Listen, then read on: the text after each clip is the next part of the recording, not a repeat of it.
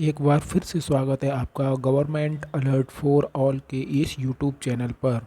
दोस्तों, आज हम आपके लिए एक और नई वैकेंसी की जानकारी लेकर आए हैं। तो चलिए बिना देरी के शुरू करते हैं वो इस वैकेंसी की जानकारी। जैसा कि दोस्तों आप देख रहे हैं, Madhya Pradesh e governance society भर्ती 2024 जिला एवं तहसील ई गवर्नेंस विभाग में निकली हुई है। टोटल 199 वैकेंसी हैं और इनकी ऑनलाइन की प्रक्रिया जो है 12 नवंबर से प्रारंभ हो गई है और 2 दिसंबर 2024 तक ये चलेगी।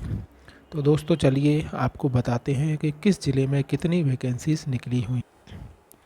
तो दोस्तों DEGS वैकेंसी पोस्ट टेंटेटिव, इसमें टोटल डिस्ट्रिक्ट वाइज वैकेंसी दी हुई हैं।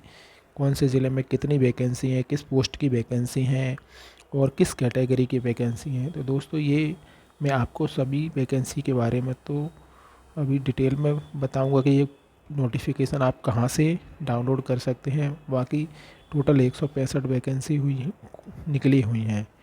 तो टोटल 165 वैकेंसी के लिए क्या योग्यता मांगी गई है, क्या सैलरी रहेगी, वो हम देख लेते हैं।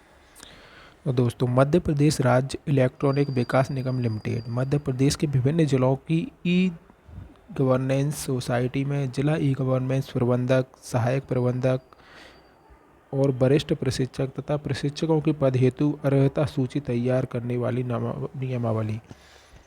तो दोस्तों, समस्त पदों पर स्थापना संबंधित जिले की स्थापना ई गवर्नेंस सोसाइटी द्वारा की जाएगी। पदों का विवरण तथा आवेदकों की न्यूनतम अर्हताएं योग्यताएं निम्नानुसार है। पहला पद है जिला ई गवर्नेंस प्रबंधक DEGM, जिला स्तर का पद है और इसके लिए मानदेय रहेगा 35,000 रुपये प्रति माह। इसके लिए न्यूनतम योग्यता क्या है, तो इसके लिए न्यूनतम योग्यता है BE computer science, IT, BTech computer science या IT, MCA, MSc computer science IT में अनारक्षित या OBC आवेदकों हेतु 60% तथा SC ST आवेदकों के लिए 50% के साथ पास होना जरूरी है।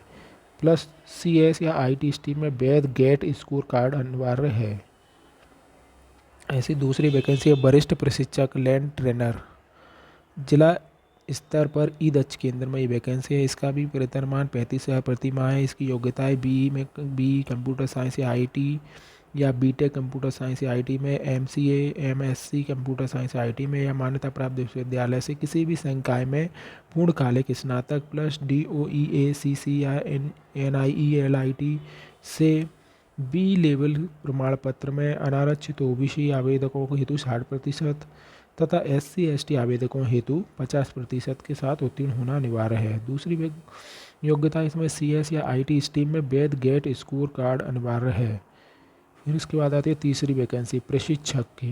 ये भी जिला स्तर पर ई दक्ष केंद्र में वैकेंसी है। इसकी योग्यता है 30,000 रुपये प्रति माह और इसके लिए योग्यता है BE कंप्यूटर साइंस या IT, BTech कंप्यूटर साइंस या IT, MCA MSc computer science IT या मान्यता प्राप्त विश्वविद्यालय से किसी भी संकाय में पूर्णकालिक स्नातक प्लस DOEA CC या नीलिट से B लेवल प्रमाण पत्र में अनारक्षित या OBC को 60% और SC ST हेतु 50% होना जरूरी है। और IT CS IT स्ट्रीम में वैध स्कोर कार्ड होना अनिवार्य है। चौथी वैकेंसी सहायक ई गवर्नेंस प्रबंधक की, विकास खंड या तहसील स्तर पर है ये। इसके लिए वेतनमान 30,000 प्रति माह है और इसके लिए भी योग्यता है BE computer science, BTech computer science, MSc computer science IT और MCA। अनारक्षित OBC के लिए वही 60% तथा SC ST के लिए 50% और SC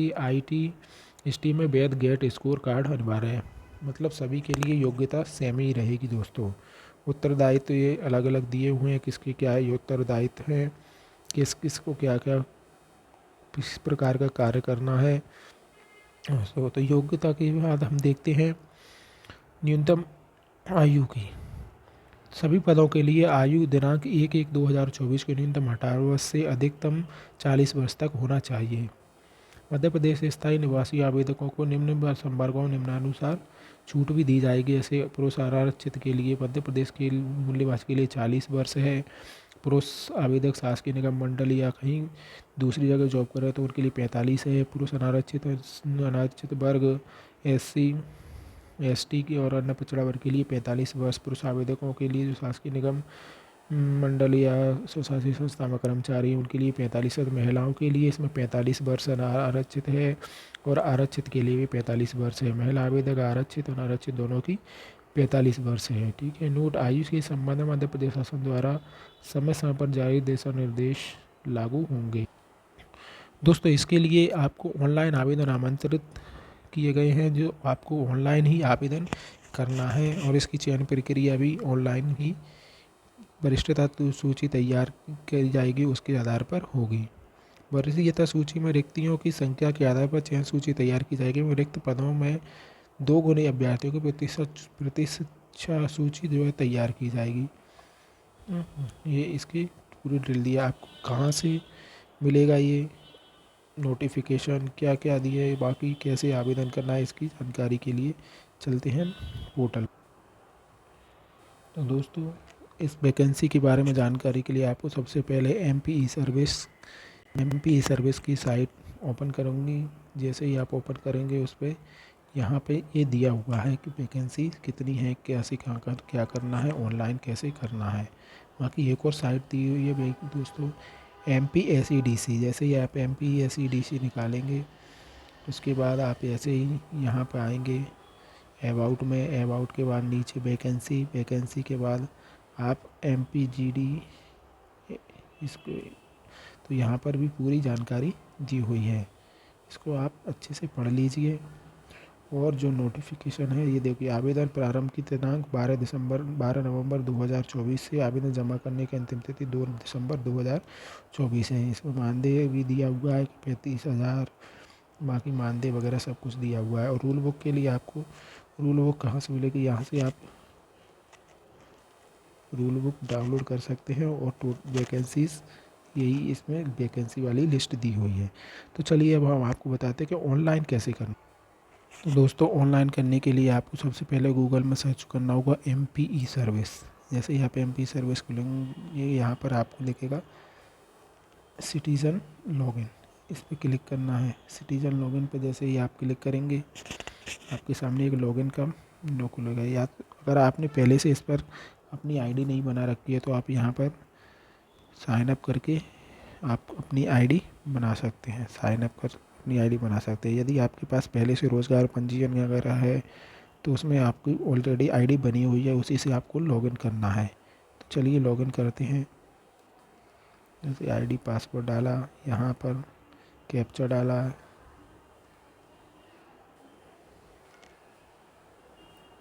कैप्चा डालने के बाद आपको यहाँ पर लॉगिन पर क्लिक करना है। जैसे ही आप लॉगिन पर क्लिक करेंगे आपके सामने डैशबोर्ड निकल के आएगा। इसमें देखो रोजगार कार्यालय में नवीन पंजीकरण या नवीनीकरण, और पास में दिया हुआ है ये ई गवर्नेंस सोसाइटी हेतु आवेदन। इस पर आपको आवेदन देखें और आवेदन क्लिक करें। 2 ऑप्शन दिए, इसमें आपको आवेदन करें पर क्लिक करना है। जैसे ही आप आवेदन करें पर क्लिक करेंगे आपके सामने प्लीज़ अपडेट योर प्रोफाइल, आपके सामने आपका अब प्रोफाइल अपडेट करने के लिए बोला जाए। आप सभी लोग अपनी प्रोफाइल में जाकर अपनी सारी जानकारी इसमें अपडेट कर दें। उसके बाद आप वहां से ऑनलाइन एप्लीकेशन जमा कर सकते हैं। तो दोस्तों, कैसी लगी आज की जानकारी? इसी तरह की और जानकारी के लिए आप हमारे चैनल को सब्सक्राइब करें और अधिक से अधिक लोगों को शेयर करें, जिससे उन्हें भी इस प्रकार की जानकारी मिलती रहे।